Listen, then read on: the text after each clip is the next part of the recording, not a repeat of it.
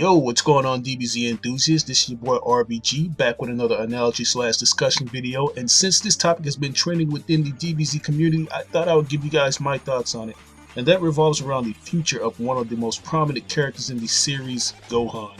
Now, I know I'm pretty late with this, but I'm going to somewhat tie this discussion in with the recent ending of the Trunks and Goku Black saga, since there's mixed feelings regarding that conclusion. Now, I think I speak for all the Gohan fans when I say that this nigga has been lost in obscurity since we saw him in the Battle of the Gods movie. I mean, to be fair, it's been somewhat retconned into a more fleshed out story in Dragon Ball Super, but it's only been like 65 episodes. But in actuality, it's been 3 going on 4 years since the original Battle of the Gods movie came out. Since then, he hasn't really done anything except take down a couple of Frieza's lacking from the resurrection of FR. Some fans might even argue that Toriyama has just given up on Gohan and his main priority revolves around developing Goku and maybe Vegeta. I thought the same thing at first, but as the series progresses, I'm noticing some similar elements that we've already seen in Dragon Ball Z. Since Super has been simulcasted worldwide compared to being released years later out of Japan, you can't refute the fact that we've been able to be a part of the conversation this go around.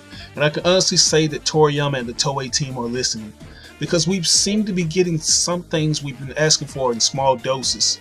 We've gotten the inclusion of Super Saiyan God Vegito, even though that was kind of a lackluster appearance.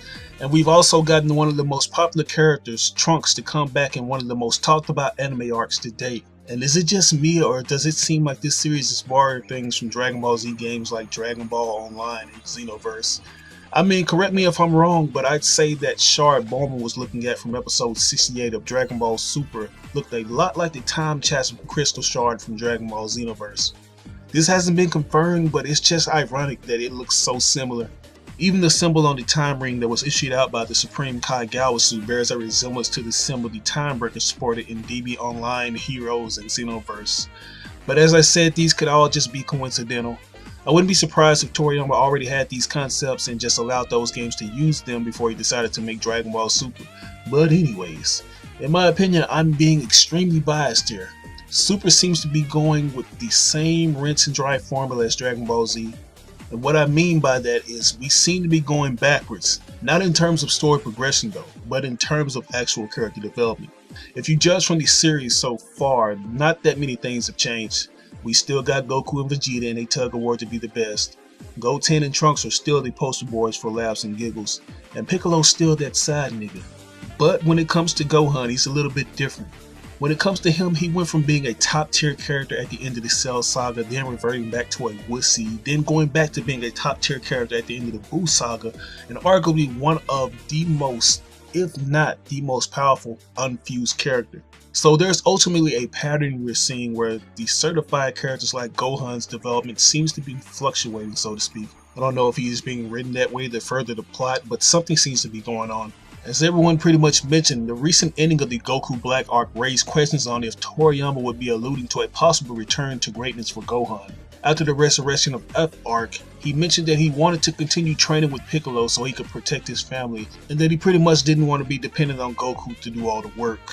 Now, I had already accepted the fact that Gohan would be written more towards the slice of life route.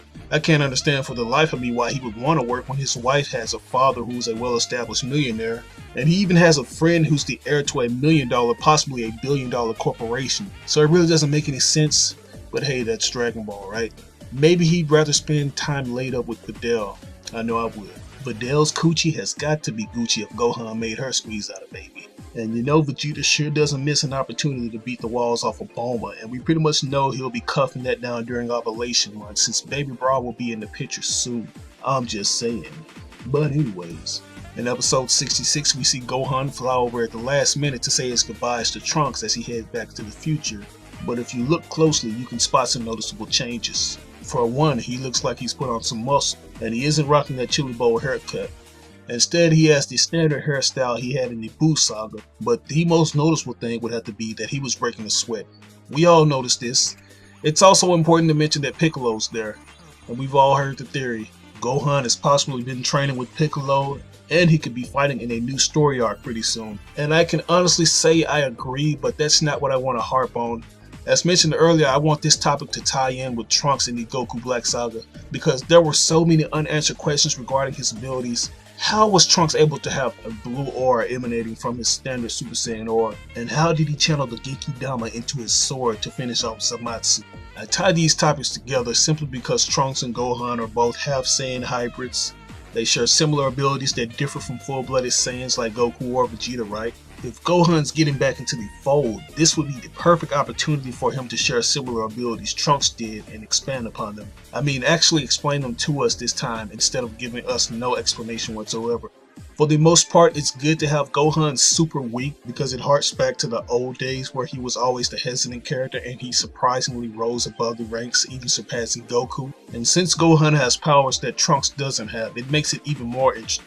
If Trunks was able to have that unexplained blue aura, which everyone's assuming to be the fake Beta God aura, then how will this play out with Gohan if he still has his ultimate powers? I'm thinking we're going to see Gohan gain his ultimate abilities back and tread familiar territory.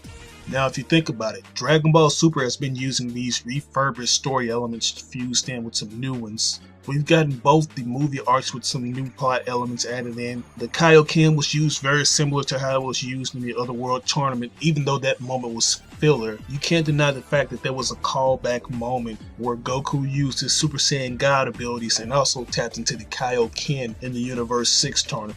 He even had big name prospects similar to the Grand Kai because you had all these other Kais and these big daddies or whatnot. But the last thing I want to add into this discussion is how Gohan can prove to be a key player again if he actually uses his smarts. He's arguably the most smartest Z warrior in terms of intellect, so that in itself would be superb writing if Toriyama played with that.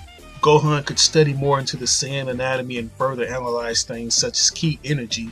He could even discover how Trunks was able to give himself an edge against Zamasu. But these are all just my theories and opinions. What do you guys think? Leave your thoughts on what you think will become of Gohan in the comment section, and don't forget to like or dislike the video and subscribe if you want more Dragon Ball Super discussions.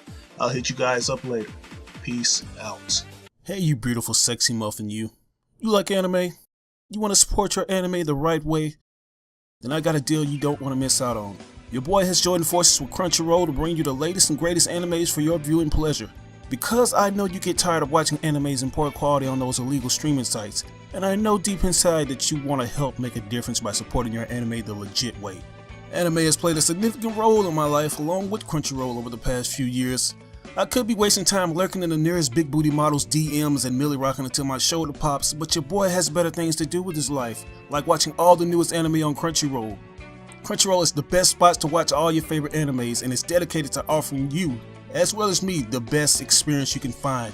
Not only that, but they offer simulcasted episodes that are professionally subtitled on the same day it's aired in Japan.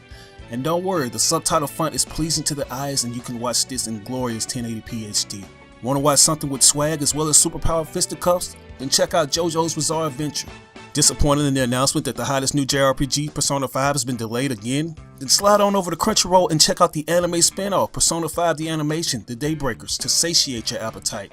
They even got our favorite intergalactic slugfest, Dragon Ball Super, so you don't have to worry about going over to those illegal sites to get a poorly rendered and poorly translated episode a day after it's been aired. Don't play yourself, keep up with the times. But I know you're probably yelling at the screen, but I don't have the paper to afford Crunchyroll. Don't worry about all that because your boy has you covered. You should see a link that reads crunchyroll.com/randomblackgamer in the description box below. By raping this special URL link long click style, you get the exclusive offer of trying out Crunchyroll Premium for 30 days free. It's available on all your favorite gaming systems, handhelds, and any device you prefer, so you got no excuse. Like a bruised up hand sausage, you can't beat that deal. But anyways, let's get on with the video.